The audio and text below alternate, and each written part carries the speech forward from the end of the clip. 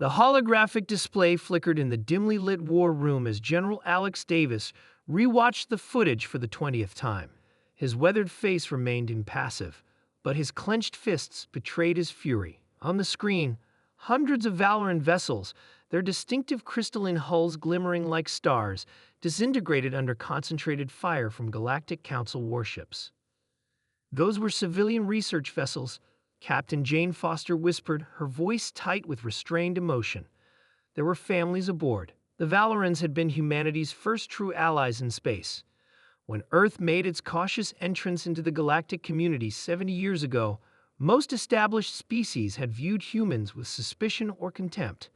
But the Valorans, gentle, six-limbed beings with an advanced understanding of quantum physics, had recognized humanity's potential and extended friendship. Their technological guidance had accelerated Earth's development by centuries. Now they were being systematically exterminated. The Council claims the Valorans violated Non-Proliferation Treaty 447, Lieutenant Mark Thompson reported, reading from his tablet. They're calling it a regrettable but necessary security action. General Davis finally spoke, his voice like grinding stone. Get me Earth Command. Within hours, the United Earth Defense Council assembled an emergency session. Representatives from every continent and orbital colony watched grimly as Admiral William Stone presented the evidence. The Valorans violated no treaty, Admiral Stone concluded. Our intelligence is clear. This was a calculated move by the Council to eliminate a species they deemed too closely aligned with Earth. They believe we lack the resolve or capability to respond. They are gravely mistaken. Prime Director Helen Rodriguez stood, her decision already made. Prepare Operation Nemesis. In the bowels of Mars Military Academy, Commander Robert Hayes addressed the assembled Special Forces teams. 30 men and women, Earth's finest warriors, stood at attention.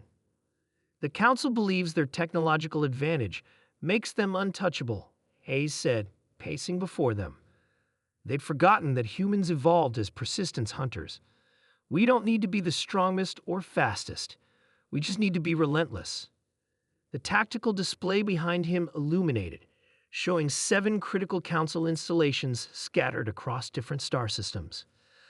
Teams Alpha through Golf will deploy to these targets simultaneously. Your mission is to implant quantum disruptors into their defense networks. Once activated, these will create a cascading failure that will blind their entire military infrastructure. Lieutenant Maria Wilson, leader of Team Charlie, studied her assigned target, a massive orbital defense platform circling the Council capital world. Infiltration parameters, she asked. Hayes smiled grimly. By any means necessary. High Counselor Drex of the Galactic Council reclined in his chamber, satisfied with the day's proceedings. The Valoran problem had been dealt with efficiently. Now perhaps the humans would understand their proper place in the galactic hierarchy. His meditation was interrupted by a priority alert.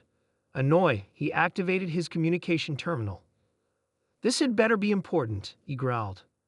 The panicked face of Security Chief Vorn appeared. Multiple breaches detected across all security grids. Defense systems failing, communications collapsing. Before Drex could respond, the lights in his chamber flickered and died. Emergency illumination cast eerie shadows as alarms began to wail throughout the Council citadel. Impossible, Drex whispered, but deep down he already knew who was responsible. Aboard the Earth flagship Retribution, General Davis watched as tactical displays showed Council defense systems failing across 7 sectors. The infiltration teams had succeeded beyond expectations. All fleet elements report ready, sir, Captain Foster announced. 500 warships awaiting your command. Davis nodded. The Council has never seen Earth's full military might. They believed our restraint was weakness. Today they learned differently.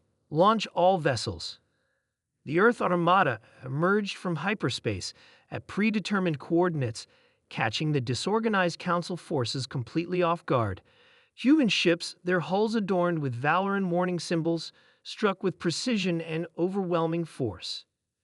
The Retribution led the vanguard, its advanced weaponry, ironically developed with Valoran scientific assistance, tearing through Council capital ships with terrifying efficiency. Council forces attempting to coordinate a counterattack, Lieutenant Thompson reported. But without their central command networks, they're fragmented. Davis's eyes narrowed. Target their flagship. I want the Council to understand the consequences of their actions. The massive Council dreadnought Eternal Dominion, pride of their fleet, found itself surrounded by Earth vessels. Despite its impressive size and firepower, it was helpless against the coordinated human assault. Within minutes, its engines were crippled and weapons disabled. Incoming transmission from the Dominion, Foster reported. They're surrendering? Davis's face remained stone. Accept their surrender. Tell them the terms are unconditional. 3 weeks later, in the Great Hall of the Galactic Council, now under Earth military control, representatives from 27 species gathered to witness the signing of the Valoran Remembrance Accord. High Counselor Drex, now a prisoner of war, was forced to stand as Prime Director Rodriguez addressed the assembly. The unprovoked genocide of the Valoran people will not be forgotten, Rodriguez declared. From this day forward, the Galactic Council will operate under Earth oversight. A new Charter of Rights will be established, protecting all species regardless of their military strength or political influence. The surviving Valorans, represented by Elder Tala, moved forward to sign the document. Their normally luminescent skin had dimmed with grief, but there was hope in their large, expressive eyes. We trusted in our human allies, Elder Tala spoke softly. Today, that trust is vindicated. As the ceremony concluded, Captain Foster approached General Davis, who stood watching from the shadows.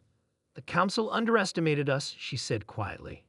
Davis nodded, a common mistake throughout human history. They saw our diplomatic efforts as weakness, our restraint as fear. They never understood that humans go to extraordinary lengths to avoid war, not because we fear it, but because we excel at it.